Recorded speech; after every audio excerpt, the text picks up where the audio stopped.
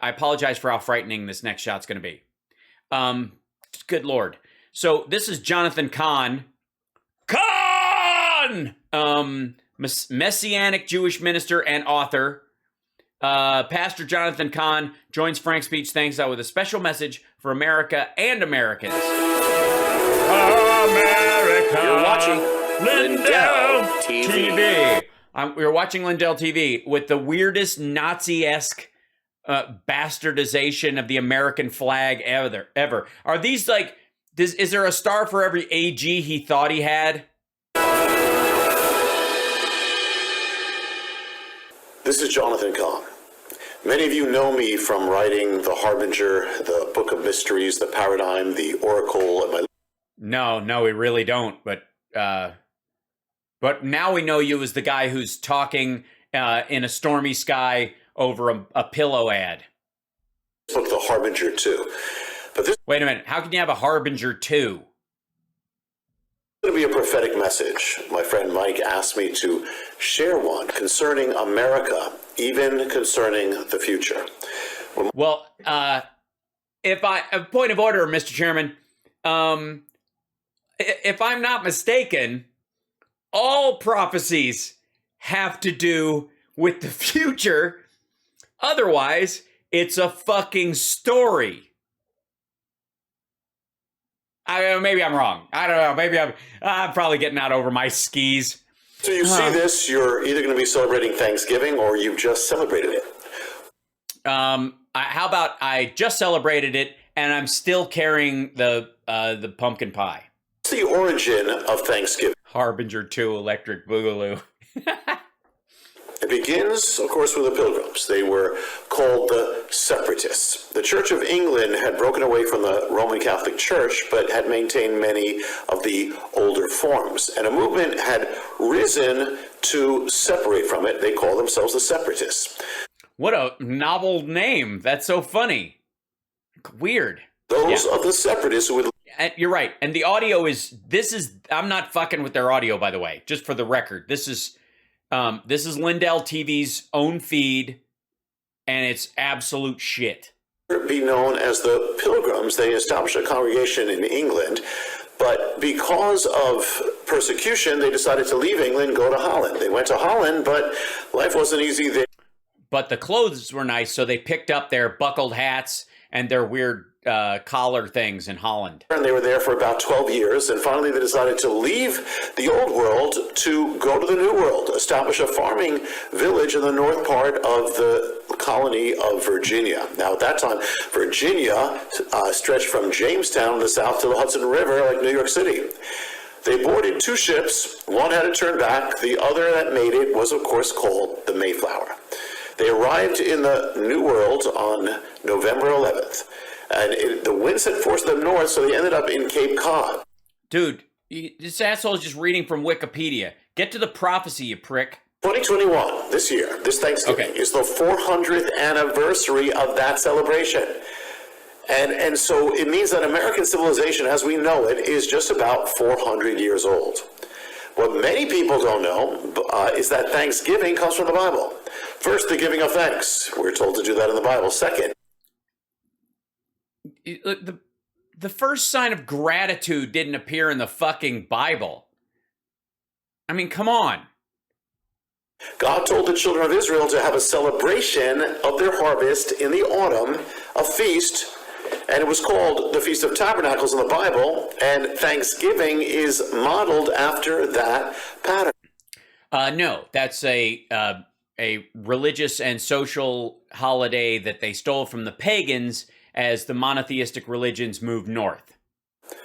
400 years. In the Bible, 400 years is shown as a turning point. The Hebrews were in Egypt for 400 years, then redemption. In between the Old and New Testaments, 400 years. And so if we take it from when the Pilgrims arrived, which began in 2020... Great. This year we all have to go back to buckle hats. Actually, it began in 1620. Oh, okay. Well, that threw the whole thing off. 2020 is the beginning of this period of 400 years, which we're still in as we come to this Thanksgiving. Thanksgiving gives one of the first glimpses. No, it isn't. If it's 400 years ago, it's a new 400-year cycle. into the mystery uniqueness of American civilization. First, unlike most other nations, or all, America was birthed not because of an ethnic group or a territory or land, but because of faith and the Word of God. No, it wasn't. As a matter of fact, the largely deist leaders of the country didn't specifically put in religious plurality, which is a direct violation of the first commandment. It is a primary sin in the eyes of old world Christians and Orthodox religious types of all sorts. And it was not lost on the founding fathers when they made the First Amendment a direct attack on the first commandment. Thou shalt not have any other gods before me. I am a jealous God. The First Amendment protects religious plurality, the right to worship the God of your choice in the manner of your choice. It is a direct refutation. And that alone is amazing, which explains what is so unique, or has been so unique, about America. In fact, it's hard to think of any other nation in the world that was founded that way, except for one, Israel. America and Israel. Which no. Israel was formed as an ethno-state after World War II, so Jews would have someplace to go. And there's a large argument that the creation of Israel was an act of international anti-Semitism, where a lot of countries were like, well, we don't think it's good that Jews were killed, but we don't want them to come here. It'd be nice if they could go over there someplace. So the next unique fact, America from its foundation was connected to Israel.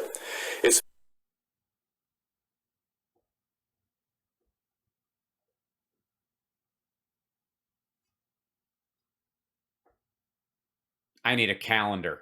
Founders saw it as an Israel in the Promised Land, and it viewed Israel in the Bible as the model and the template for the new civilization. Yes, most people don't know that America was founded on a country that wouldn't exist for another 150 years. So there's something very spiritual about the existence of America as we know it. Now, it didn't stop with the Pilgrims. Of course not. 10 years later came another voyage, and that was that of the Puritans, led by the ship Arbella, on which was the leader of the Pilgrims of that voyage, of that journey, and his name was John Winthrop.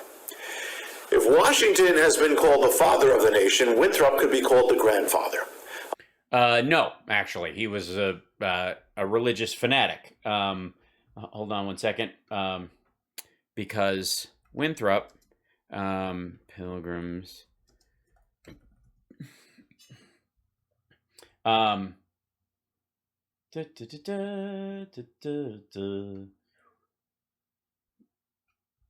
the way, nice collar. English Puritan lawyer and one of the leading figures in the Massachusetts Bay Colony, second major settlement in New England, founded by Plymouth Colony, led the first large wave of colonists from England in 1630, served as governor for 12 of the colonies for the first 20 years. His writings, such as a vision of the colony as a Puritan city upon a hill, which in some ways was reiterated by Reagan. Don't think they've dropped this stuff.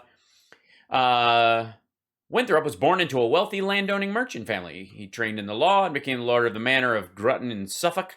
He was not involved in the founding of the Massachusetts Bay Colony in 1628, but he became involved in 1629 when anti-Puritan King Charles I began cracking down on nonconformist religious thought. In 1629, he was elected Massachusetts Bay Colony, blah, blah, blah. He lived between 1629 and his death in 1649. He served 18 annual terms as governor and lieutenant governor, was forced to come up with moderation.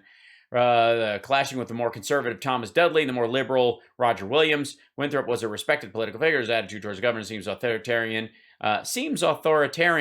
in modern sensibilities. Well, that's because he was a religious fanatic, and religious orthodoxy is at odds with democracy, always will be. And therefore, the idea that he's somehow the grandfather of what America became is fucking dumb. Aboard the Arbella, Winthrop wrote a message to the settlers, a kind of sermon. It turned out to be a prophetic message, a message to America from its foundation. Yeah, except it wasn't going to be America. It was just going to be an extension of, it was a religious colony. Called a model of Christian charity. It was a call, it was a vision of the new civilization that would become America. He saw America as clearly linked to Israel. He spoke in those terms. In fact, he quoted Deuteronomy. That's not linked to Israel. That's linked to the Israelites. That's not the same fucking thing. It's the Old Testament. The words that they're just preaching from the Old Testament. Gave to Israel as they were about to enter the land. Now, he was a kind of American Moses. Oh, get on with it. What's your... And the vision of this nation from this says this: if our hearts shall turn away, so that we will not obey, but shall be seduced and worship and serve other gods, our pleasures and our profits, and serve them, then he spoke of the judgments that would come. Yeah, because he was a monotheistic preacher. And that is why this statement was not the root of the United States of America or the Constitution or the Bill of Rights, because it was antithetical to the very fucking point. That the path to true faith or true religious belief, the founding fathers believed, was through the ability to worship or not worship as you chose. Because then you could find it not because you were being forced to do it by the state or by the Pope, but because of yourself. This is not a prophecy. So what did he say there? If our hearts shall turn away. If we don't stay a Christian nation, we're going to have trouble. Unlike all the other countries that will not. How pray for your spiritual eyes to open. To what? That's the warning from Israel's fall. And in Deuteronomy 20. God is a human construct. No. God, the vision, people's vision of God is a human construct, and of course, this believes in the realm, falls in the realm of whether you're of faith or not. But as Albert Pike said, everyone is welcome to their own unique mistake. If you turn from God, then these are the judgments that come upon you. Your blessings will be removed and replaced with judgments or curses. Yeah, it's a great way to keep people coming to your church and giving you money. Winthrop said, if our heart shall turn away. Well, Israel did. The heart of Israel did turn away. But so then it goes on, so that we will not obey. So first is the turning away of the heart. And then... Oh, shut the fuck up. Like, this is just getting... Where's your prophecy? Like, the whole idea, if you stop being a Christian nation... Oh, I thought he was going to have Mike come in and do something. He's prophesying. He doesn't realize it. The words are prophetic. It was recorded. Oh, asshole. You wanted a prophecy from you. I don't need this.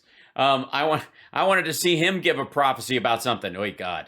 There's a Bill Federer on the real story of Thanksgiving. I don't even know. Let's see. Did they open this up? Turning on. There's that interview that we did. Supreme Court complaint. This is their own ads. How to contact your attorney general. Jesus Christ. So aggravating. Okay. Now, let's just go back to their main page. Yeah, that's that. See, I'm wearing a diaper, and that's why my ass billows out towards the back of the seat in a way that yours doesn't. So, easy to explain. Oh, yes. Well, hold on. Let me look up Diamond and Silk. I guess they're going to be on... My guess they would be on Rumble or whatever. They don't post their stuff until after. Jesus Christ. If you scroll back to the beginning, oh God.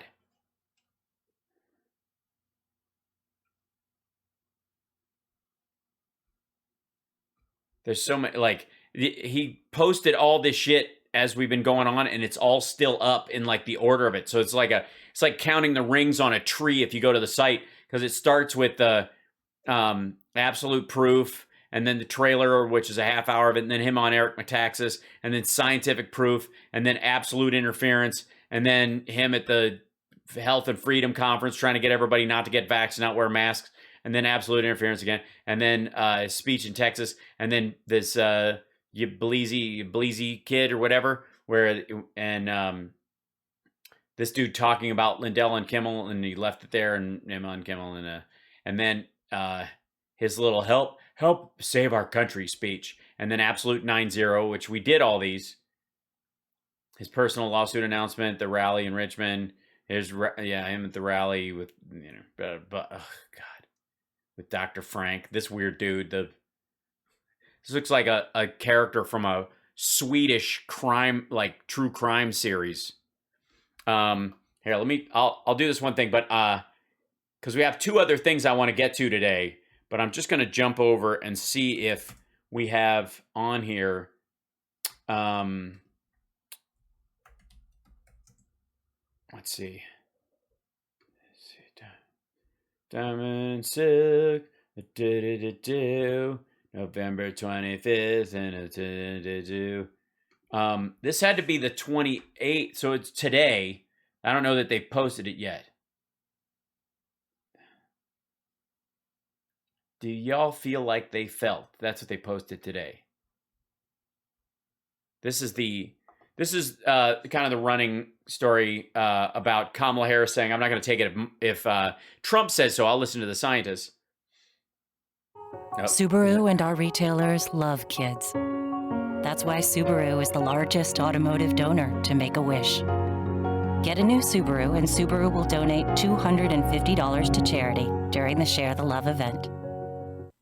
I think it's going to be a very skeptical American public about taking the vaccine, and they should be. We can't trust the president and take his word and take a vaccine that might cause harm to us. If and when the vaccine comes, and it's not likely to go through all the tests that needs to be and the trials that are needed to be done. Let's just say there's a vaccine. All right, they're just skipping this whole thing. Where's Diamond? Oh, there we go. Speech.com. So you don't ever have to go looking for it. No, you don't. Hold on, wait. That's CHATDIT.com. Chat it.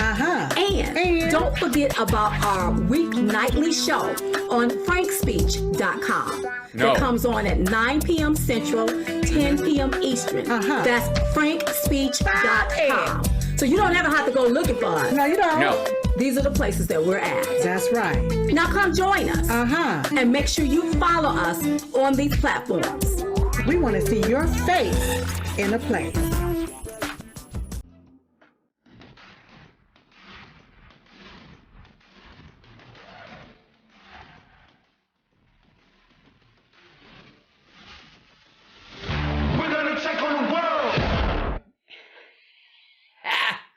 They bought a background from one of the gaming sites.